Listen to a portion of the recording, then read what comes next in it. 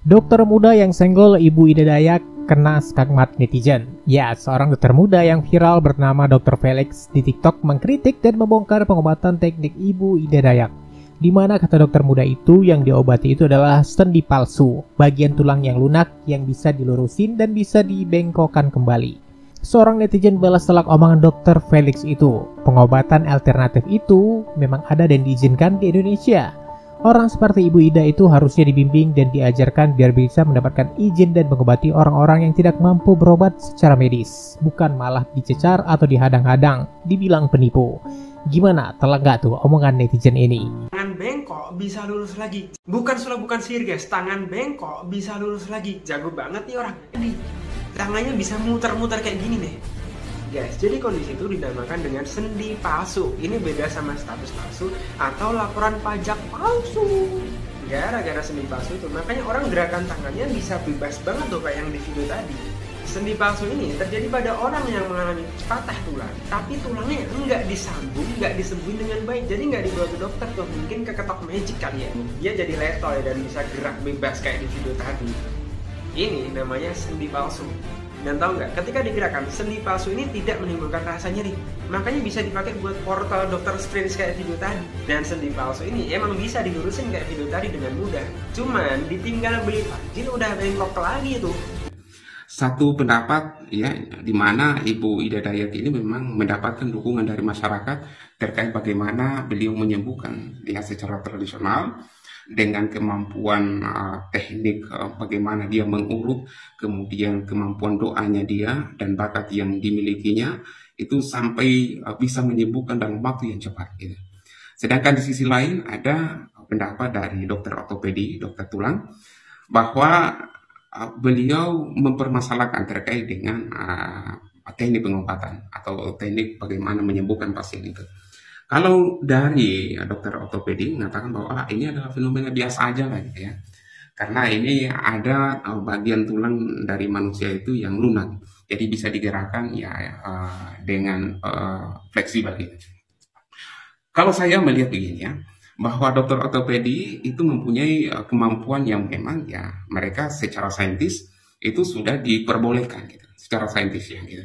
Tetapi juga jangan kita mengatakan bahwa orang-orang mempunyai kemampuan secara tradisional, orang-orang mempunyai kemampuan dari lahir ya, mempunyai bakat dari lahir untuk menyembuhkan gitu.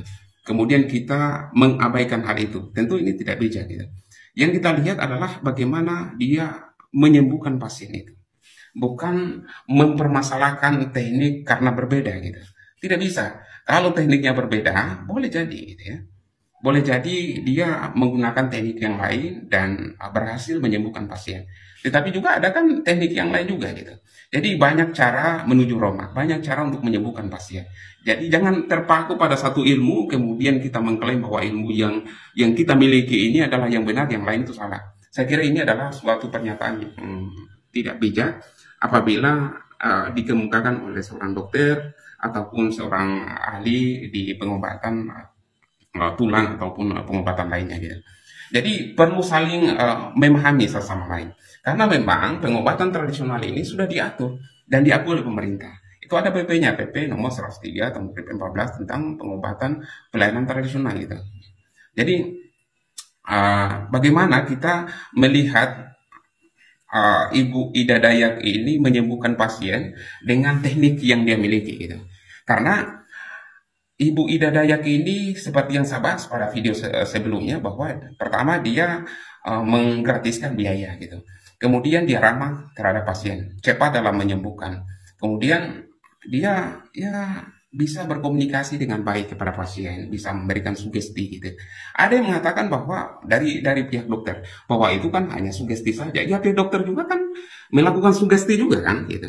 Sugesti bagaimana memberikan semacam hipnoterapi ataupun semacam memberikan masukan ya berupa saran-saran secara psikologis agar dia tenang gitu. Ya jadi semacam menterapi secara psikologi. Jadi saya kira semua ahli pengobatan harus mempunyai kemampuan seperti itu. bukan hanya kemampuan secara fisik, tetapi secara psikologi harus membaca kondisi jiwa pasien itu sendiri, dan itu sangat penting bagi para ahli pengobatan untuk mengobati secara batin ya. Bahkan ahli pengobatan juga harus mempunyai kemampuan secara spiritual gitu. Mereka dekat dengan Tuhan gitu. Mereka bisa meminta gitu kepada Tuhan sebelum mengobati pasien. Mereka ya, kalau kita orang Muslim mungkin sholat dulu mungkin ya, atau berdoa secara khusyuk gitu di tempat yang bisa kita meminta kepada Tuhan yang Maha Kuasa gitu. Antitesa terhadap pelayanan yang selama ini dirasakan oleh masyarakat, bahwa masyarakat mendapatkan pelayanan yang kurang baik di tempat pelayanan kesehatan, mereka mendapatkan biaya yang sangat tinggi, kemudian harus membawa persyaratan seperti macam-macam lah gitu, bawa KTP, kartu keluarga BPJS, dan kartu-kartu lainnya gitu. Kemudian ada semacam penggolongan, pengkategorian. Oh, ini kalau pasien BPJS akan dilayani seperti ini, kalau orang kaya akan seperti ini. Ibu Ida, selama saya melihat videonya, tidak ada mengkategorikan, membuat kasta-kasta, stratifikasi, oh bahwa ini orang kaya, ini diperlakukan seperti ini, orang miskin seperti ini. Tidak ada, semuanya diperlakukan dengan sama. Ini sebenarnya sama halnya dengan prinsip pelayanan yang kadang-kala diabaikan oleh petugas kesehatan.